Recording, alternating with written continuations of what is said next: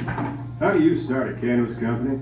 We are going to break that down on a step-by-step basis, from the time that you have the wonderful idea to start the most successful cannabis company ever, to when you open your doors in a highly regulated market. It's another quality episode of...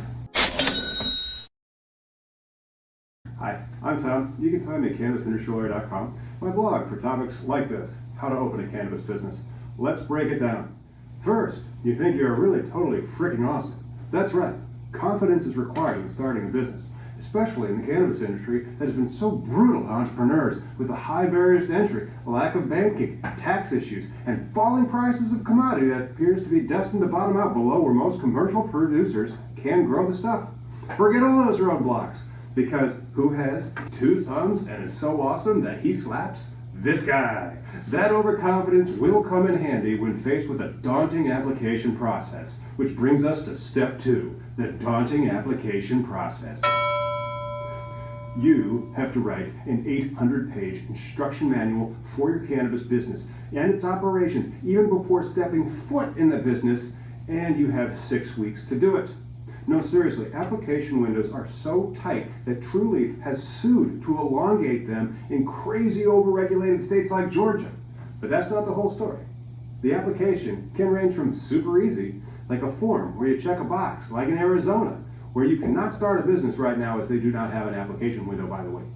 You just check the box, and then if you had all the real estate and money for being a complete vertical operation, and then won the lottery. That's how easy it was to get a license in Arizona.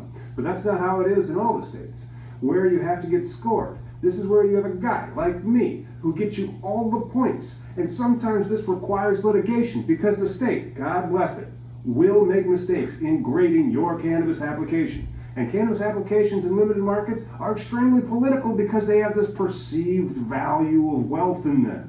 These application rounds can be hundreds of thousands of dollars and thousands of pages of written material and narrative.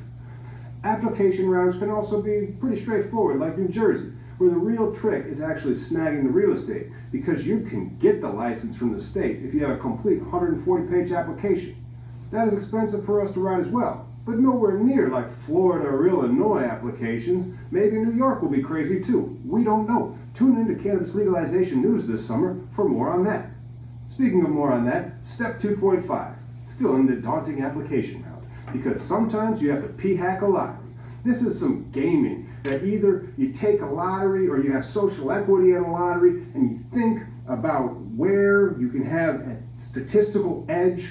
And also there's some human trafficking, and what do I mean by that? Well, with social equity points, it puts people in a position to have them be induced by fraud to sign contracts so that people who can't access this license without that social equity person exploits them. And that's kind of what I mean by the human trafficking. The federal crime can be found under 22 U.S.C. 7102. People are being tricked and applying to get a group who otherwise can't get the license.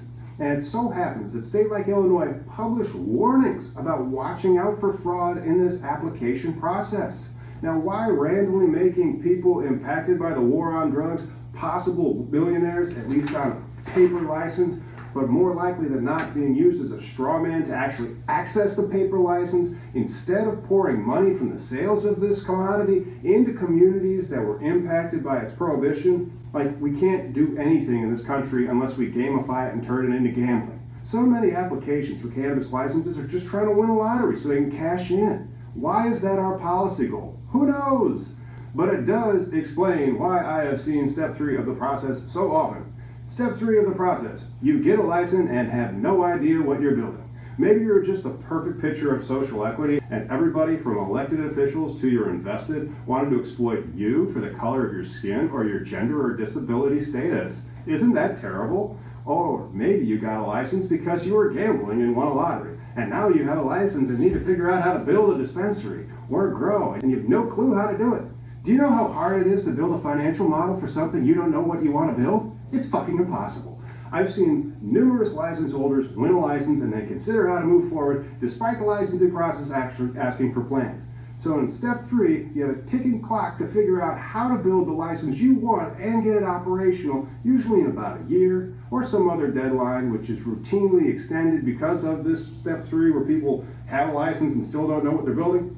So when you win, there's a good chance you hired me or a guy like me that did a detailed plan, helped you get all the points, but then once you win, that's mostly details, and you just kind of have to get operational and figure out what the regulators are going to allow you to get away with.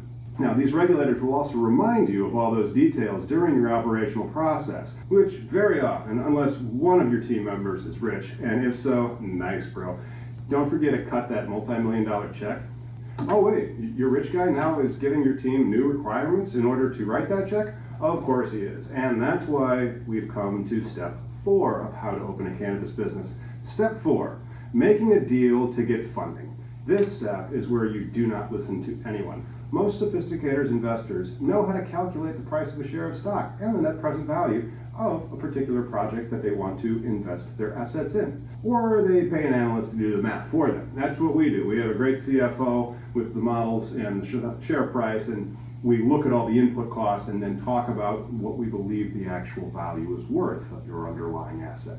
As an aside, prices on these are way the heck off, and not just in cannabis. Remember AOL Time Warner? You don't. So, you're in your 20s. But anyway, in the AOL Time Warner deal, a company gave them a valuation about what they were paying for AOL, and then that meant synergies and accretion of the value of their shares, so they thought that after they did the merger, the whole thing was going to be worth even more. Wrong.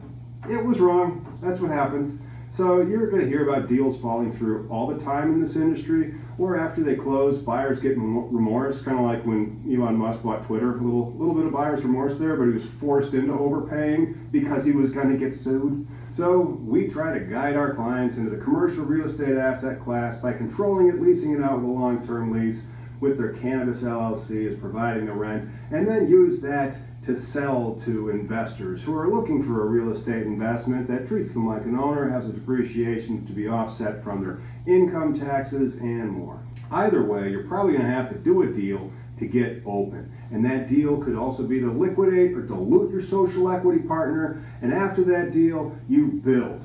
Welcome to step 5 of how to open a cannabis business. Build out and getting operational after you pass the regulatory inspections.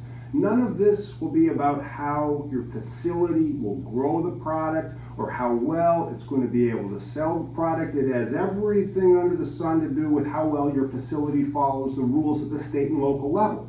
And sometimes even beyond that, even though the feds haven't gotten into the game.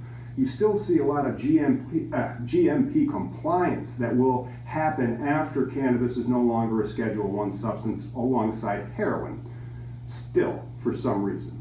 You will have issues that are going to come up in construction. You're going to have cost and time overruns. Regulators will hold you to what is in the rules and also what's in your application.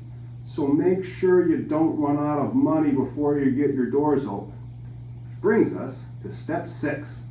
You go for more licenses and keep raising money.